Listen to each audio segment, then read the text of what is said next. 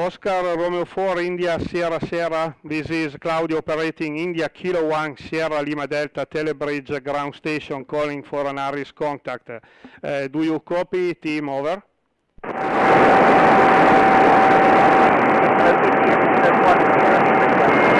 Romeo 4 India Sierra Sierra, I read you 559, help me, over. Okay, team. Oscar Romeo 4 India Sierra Sierra IK1 SLD. Good evening, team.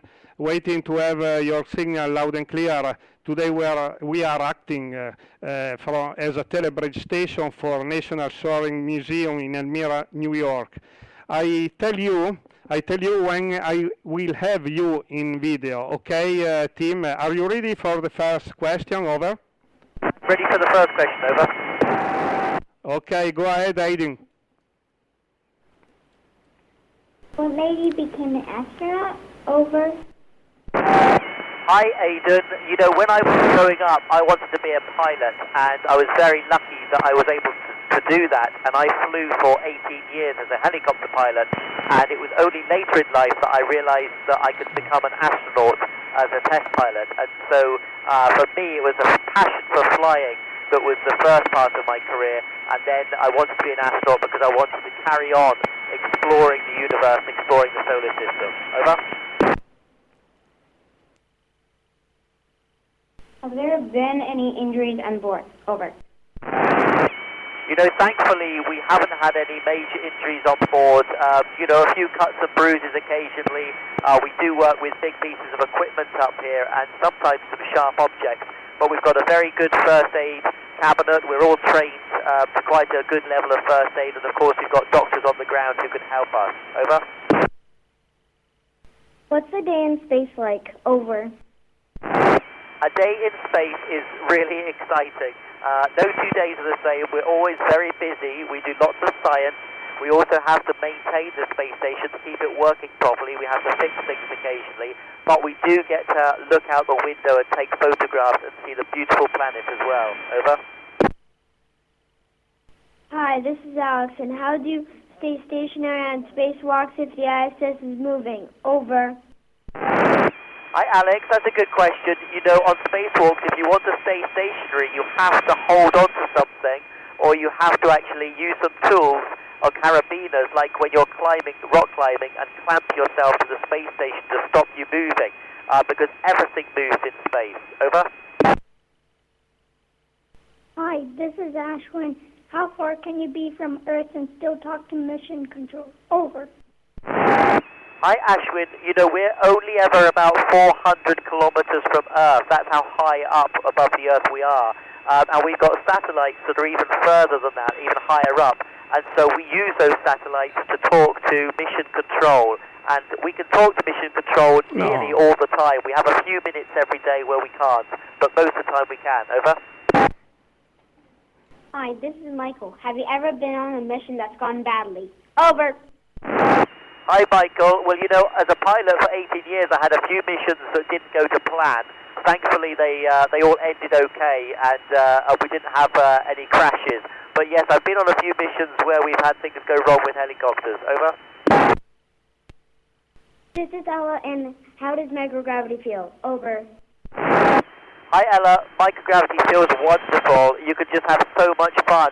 You could do somersaults. You could work standing upside down. And, of course, it's fun when you're eating and drinking as well. Everything floats in front of you. Over.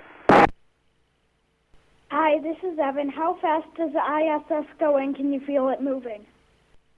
Over. Hi, Evan. We go at 25 times the speed of sound. Now, that's about 10 times faster than a bullet travels, so we're going really, really fast.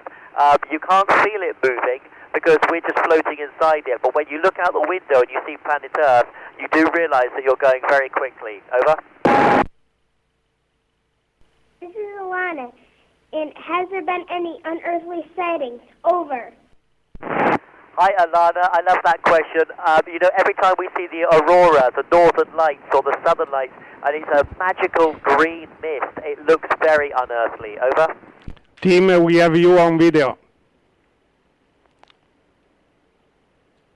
Hi, this is Kieran. Kieran, what are you studying Over. Hi Kieran, we're studying lots of different things from metal alloys to how plants grow in space, and of course our own human body. We're studying our bones, our immune system, and how healthy we are so that we can make people more healthy back on Earth. Over. Hi, this is Aiden. Were you scared when you went into space? Over. Hi Aidan, I was really, really excited when I went into space. It was the most exciting thing I've ever done, I think, riding a rocket into space. And all the training really prepares you well for it, so no, I wasn't afraid at all. How do you talk to your family? Over. You know, we're very lucky. We can talk to our family using a computer here, and we can ring them up pretty much any time of the day. And once a week we get a video conference with our families as well. So we do have good contact with friends and family. Over. Hi, this is Ashley. What courses in school do you have to take to be an astronaut? Over. Hi Ashley, well that's an important question. I think if you take science and maths, then that will be really good for becoming an astronaut. Over. Hi, this is Alex again, and what does it feel like to enter and exit the atmosphere? Over. Hi Alex, you know when you enter the atmosphere, it's quite a smooth ride in that Soyuz rocket, but there's lots of acceleration, so you're firmly pressed back into your seat, and you can really feel the G-forces, but it's very exciting. And then when the G-forces stop and the engine cuts out, everything just floats, and that's when you first realize you're in space. Over. Hi, this is Ashwin again. Are spacewalks difficult? Over. Hi Ashwin. Spacewalks are hard work, yes, and they are difficult. We have to train a long time for them, and we do that in a huge swimming pool in Houston at Johnson Space Center. But they're very, very rewarding. They're very hard work, but they're great fun to do. Over. Hi, this is Michael. Is microgravity difficult to deal with? Over. Hi Michael. Microgravity was hard work at first, yes, because if you're not careful, you'll lose things. Everything floats away, so you have to make sure you're careful where you put things down. But once you get used to it, it's great fun. Over. This is Ella, and do you bring something with you to remind you of home? Over.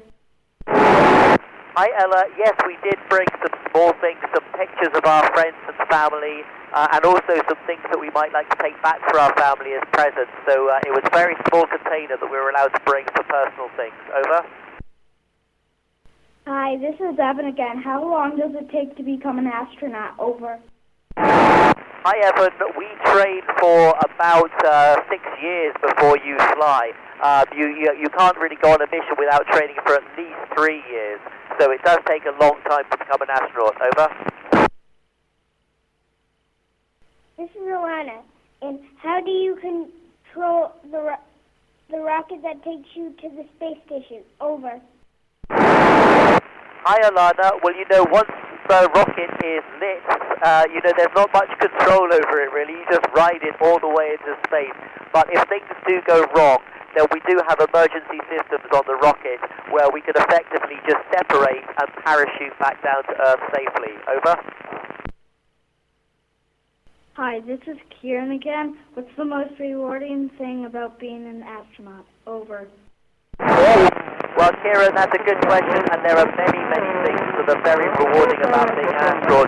Like talking to you guys down there today in New York, it's really great fun for us to be able to talk to you. We're the ones who get to enjoy space, we get to take wonderful photographs, we get to enjoy microgravity, and I love the fact that we're also doing things up here that will help people back on Earth. Over. All right, those were our questions. Well, it's wonderful to talk to everybody in New York. I hope you have a great day, and thank you for joining me on board the Space Station this afternoon. Over. All right, we're going to give you the best 73 you heard this side of the Milky Way galaxy. Over. 73 you guys do.